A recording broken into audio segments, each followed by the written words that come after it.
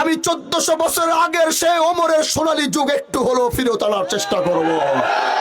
আমি দেশের মানুষকে দেখিয়ে দিব হযরতে ওমরের রাজনীতি কেমন ছিল।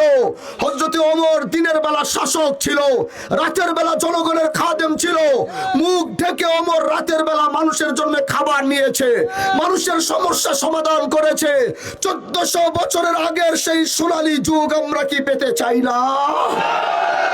রাস্তা করব, ঘাট করব, এই করব, সেই করব, এই মিথ্যা প্রতিশ্রুতি আমি দিতে চাই না। রাস্তা করব মানে আবার কি? সরকার টাকা দিবে, রাস্তা আমার করতেই হবে। আমি কি আমার বাপের টাকা দিয়ে রাস্তা করব নাকি? আমি কি আমার দাদার টাকা দিয়ে স্কুল করব? তাহলে রাস্তা করে দিব, ঘাট করে দিব মানে কি? এগুলো সরকার বরাদ্দ দিবে, আমাদের সেইগুলো করতে হবে, এটা হচ্ছে কথা। কিন্তু আমি একটি কথা বলেছি, আমি ওমর, হযরতে ওমরের সেই সোনালী যুগটা একটু আপনাদেরকে দেখাতে চাই। এটা আমার জীবনের একটা শেষ তামান্না। বিশ্বাস করেন ভাই, বিগত দিনে রাজনীতি আসি নাই, কিন্তু এই দেশের যত রাজনীতিবিদদের সাথে কথা বলেছিলাম, সবাইকে বলেছিলাম ভাই আপনাদের তো ক্ষমতা আছে, রাজনীতির ময়দানে এক একজন এমপি মন্ত্রী হয়ে বসে আছেন, পারলে একটি কাজ করেন, 4 খণ্ডে হযরতে ওমর বিন খাত্তাবের ইতিহাসের বইগুলো কিনে পারলে একটু পড়েন। ওমরের ইতিহাসগুলো পড়ে একটু রাষ্ট্রটা কিছুটা চালানোর চেষ্টা করেন। কিন্তু আজ পর্যন্ত দেখি নাই। সেদিন আসমানের দিকে তাকিয়ে বলেছিলাম, ও আল্লাহ, যদি তুমি কোনোদিন আমাকে দেশ ও রাষ্ট্রের জন্য কাজ করার সুযোগ দাও, আমি 1400 বছর আগের সেই ওমরের সোনালী যুগ একটু হলেও ফিরত আনার চেষ্টা করব। আমি দেশের মানুষকে দেখিয়ে দিব হযরতে ওমরের রাজনীতি কেমন ছিল। হযরতে ওমর দিনের বেলা শাসক ছিল, রাতের বেলা জনগণের খাদেম ছিল। মুখ ঢেকে ওমর রাতের বেলা মানুষের জন্য খাবার নিয়েছে, মানুষের সমস্যা সমাধান করেছে। 1400 বছরের আগের সেই সোনালী যুগ আমরা কি পেতে চাই না? ও আমার মা বোনেরা, আপনারা এই দেশে 50% ভোটার। আপনাদের পুরুষ মানুষের মতো এত চাহিদা নাই। যে পুরুষ মানুষের একটা ভোট দিতে গেলে অনেক চাহিদা আছে, কিন্তু আমার মা বোনদের ভোট দিতে গেলে এত চাহিদা নাই। তারা শুধু এতটুকু চায় যে আমার ছেলেটা নিরাপদ থাকুক, আমার ছেলেটা মাদক মুক্ত থাকুক। এটাই মা বোনদের চাওয়া। মা বোনরা একটু নিরাপত্তা চায়, তারা তাদের অধিকার নিয়ে কথা বলতে চায়, তারা তাদের সন্তানটাকে সঠিক রাস্তায় দেখতে চায়।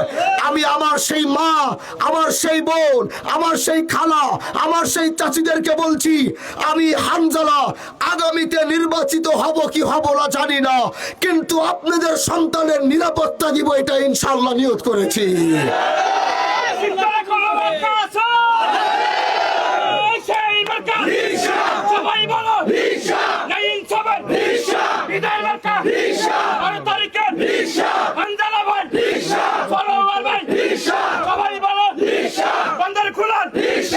মেরে ভাই ও মা বোনেরা, আপনারা, আপনাদেরকে বলছি, প্রিয় মা আমার, প্রিয় বোন আমার, প্রিয় চাচি আমার, আমি আপনাদেরকে বলছি, হাজী শরিয়তুল্লাহর বংশের সন্তানের কাছে এই দেশ যতটা নিরাপদ, অন্য কারো কাছে এই দেশ এত নিরাপদ না। এই মাটির জন্য আমার বংশ রক্ত দিয়েছে, জেল কেটেছে। এই মাটির সাথে 250 বছরের সম্পর্ক নিয়ে আমরা দাঁড়িয়ে কথা বলছি। এই জন্য হানজালা না যে নিরাপত্তা দিতে পারবে, অন্য কেউ সেই নিরাপত্তা দিতে পারবে না। ও কলিজার টুকরা যুবক ভাইরা, তোমরা আজ ইনসাফের পিপাসায় পিপাসাক্ত।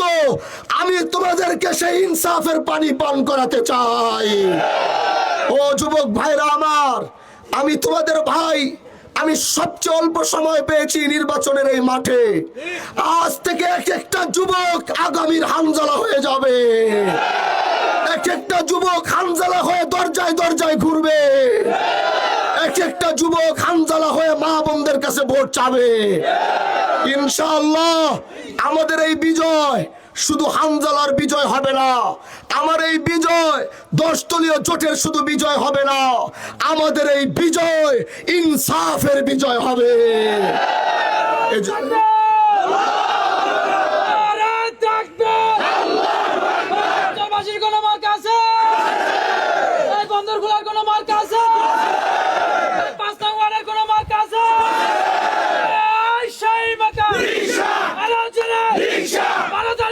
Risha! কামাল